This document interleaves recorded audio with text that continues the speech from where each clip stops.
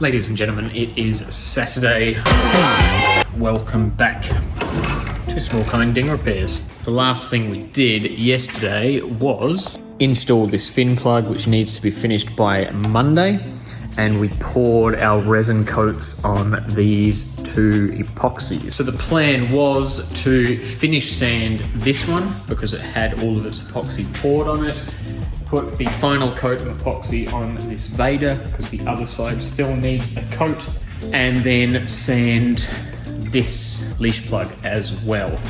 But I have been surfing all day, and then I got to work and one of the fin suppliers turned up, so we went through stock and got more stock, and he's got new bags, and it turned into a whole thing. So I think the plan today, priority number one, pour epoxy. Always do that so we don't miss a day. And then that will mean tomorrow both of these fire wires are ready to final sand.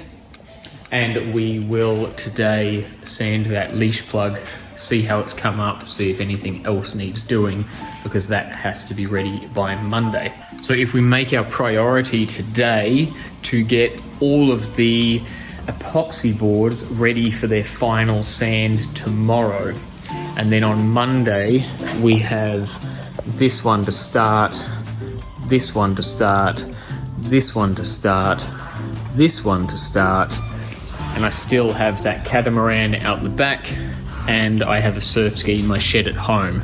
So that's going to leave us with a reasonable amount of work for this week. And then of course we still have to sand this one, the burn, and see if any more resin is required, which I'm pretty confident it will be.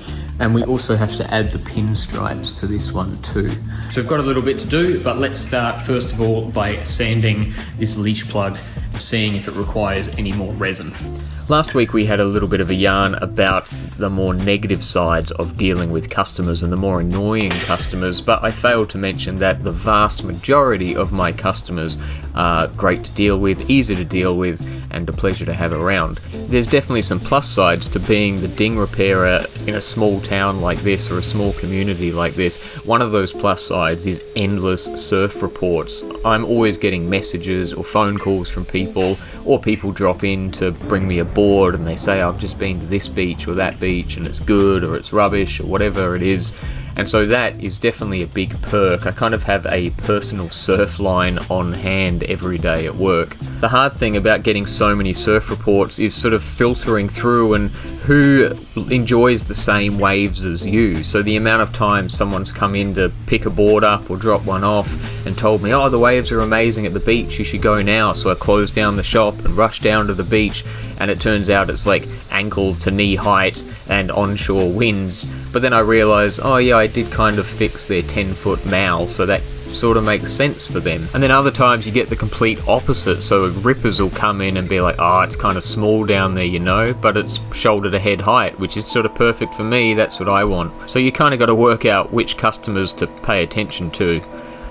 So I should point out that things are a little bit different being the weekend, and also that there's swell, so I definitely work less hours when there's swell.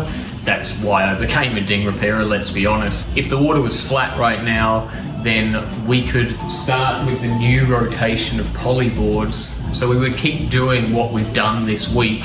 We'd start the day out with all of the poly work, and while that's doing its thing and gelling and curing, we would prep the epoxies that we've just done, and then last thing at the end of the day is we would pour the epoxy. Because I've been surfing all day, it is the end of the day, so we're skipping all of this and we're just doing our last minute epoxy pour. So we have a crack on the rail here towards the back of the board, just behind the knee pads. I can tell by this paint job that this area has been repaired before. So it's not overly soft around the ding. I can't feel any spongy sort of de-lammed areas.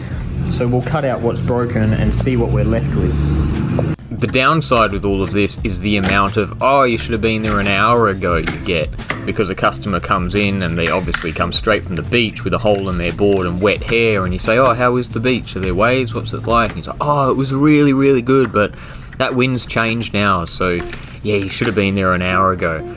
That happens a lot, and it kind of normally, I think for normal people, that's reserved for the beach. People only ever say that to you at the beach, but when you're a ding repairer, you get it at the beach and at work as well.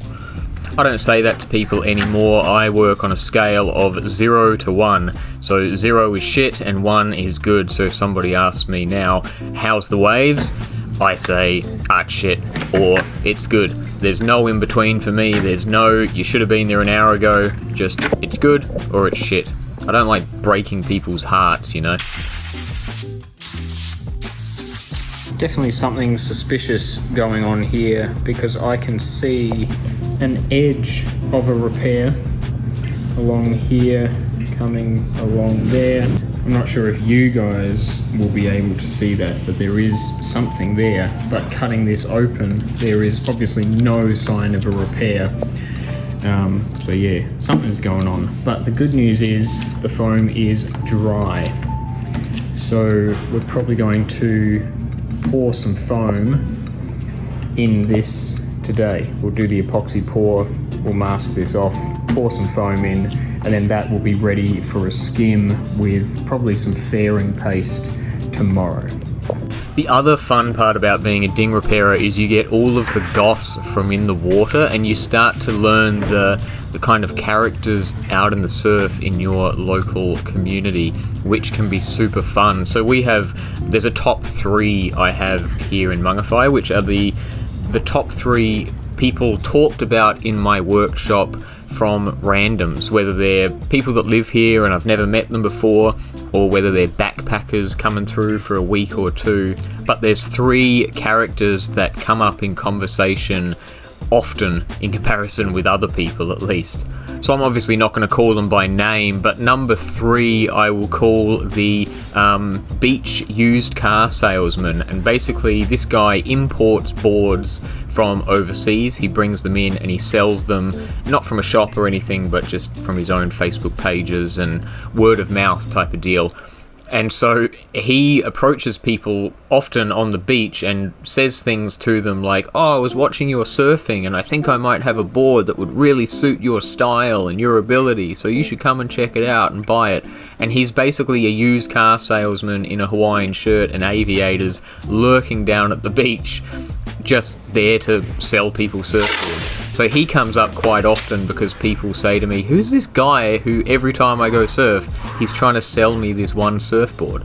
Number 2 is our local regulator, and he's always described to me as the angry guy in a rash vest. It doesn't matter whether it's the middle of winter, freezing, howling onshores, cold, he's still out there in a rash vest and boardies. He never wears a wetsuit. And so a lot of my customers, people that live here but haven't formally met this guy yet, or backpackers coming through, they're like, oh, I went surfing and there was this really angry guy out there and he made me feel really intimidated, and he was just out there regulating because he's lived here a long time and that's what he does.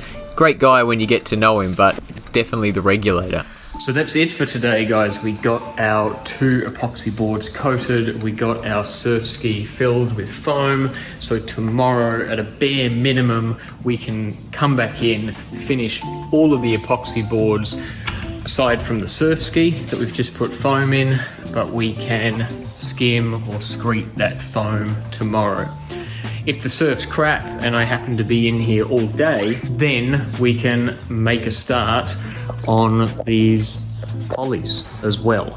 But we'll see what the swell brings tomorrow, more importantly, what the wind brings tomorrow. So we will see you on Sunday. Have a good afternoon. Choo!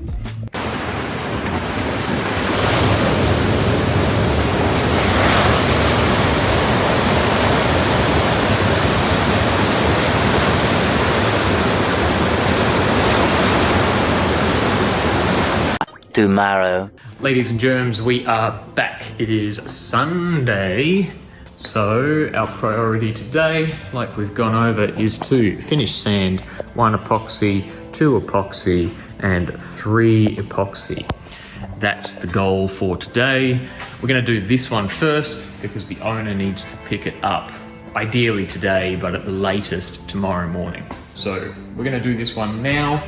We should, all going well, be able to start our sand at 240 because this is all fresh resin and we're left with just these 120 scratches. So we'll do 240 to kind of get rid of these edges, get rid of these 120 scratches, and then we can move our way up to 320, 400 wet, maybe 600 wet. We'll see how we get on. We may as well peel this guy as well because we will hopefully screed this foam today as well and get it ready for lamination tomorrow.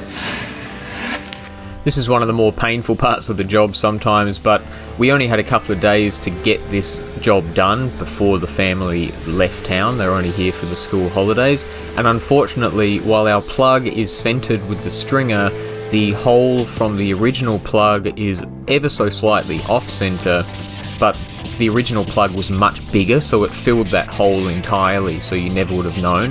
So I really would have liked to replace the foam glass over it, re-drill the hole in a central spot and get that nice even border of blue resin around the plug, but there just wasn't enough time really, so all we had time for was just to install straight into the original hole once the old plug was removed, and then we've done one coat of resin just to fill up any little air bubbles that arose in our micro balloon mix that we adhered the plug in with. One of those little OCD details that just drive you crazy. So anyway, our number one most talked about local guy in town that comes up the most.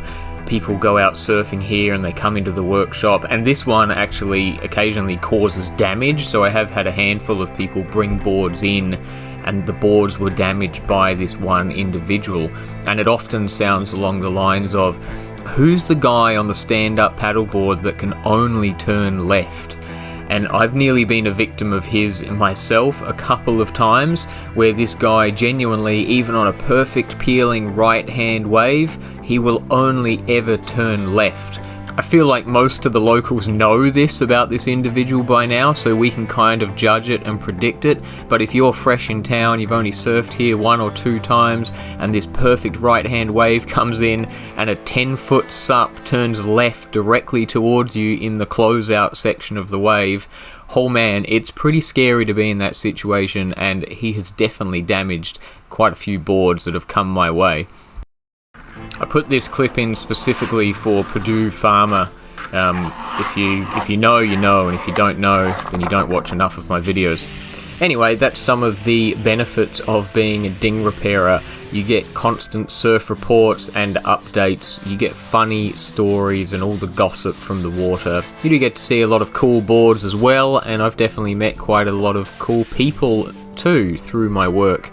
The coolest thing, I think, is, like I said in the last video, primarily my customers pay me via bank transfer, and occasionally this bank transfer can take a day or two to go from the customer's account to my account, especially if we're using different banks. This means that it's not uncommon that people quite often take their boards away with them before the money has reached my account, and it would be quite easy for somebody to not pay me at all and run away with their board using that sort of transaction time as an excuse.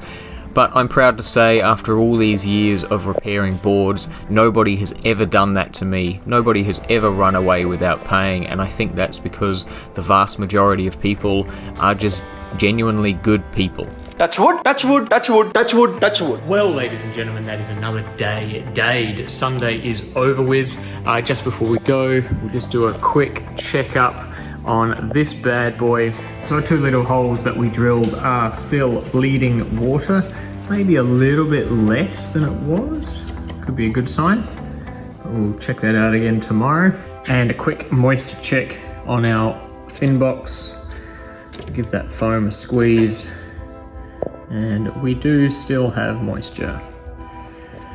Tomorrow's plan is, last thing for the day, we will sand and laminate that fill that we just did. We'd like to get this thing fully sanded and then see where we stand. We may need more resin.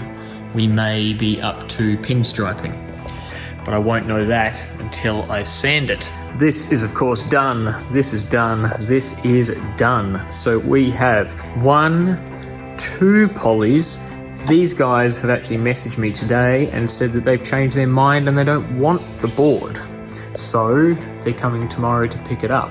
That means we've only got 1, 2, 3 poly boards to work on, 4 with the one next door that we just looked at. But that is okay because of course we do have this catamaran to deal with. So we might be having a look at this tomorrow as well, getting that at least peeling these off and seeing what we're working with. And then I do have a surf ski in my shed at home as well, so I need to make a start on that this week. So we have plenty of work for the week, and I've had a few calls over the weekend, so there are more boards coming in as well. So until tomorrow, you guys enjoy your Sunday evening. We will see you on Monday morning. Have a good one. Choo-hoo.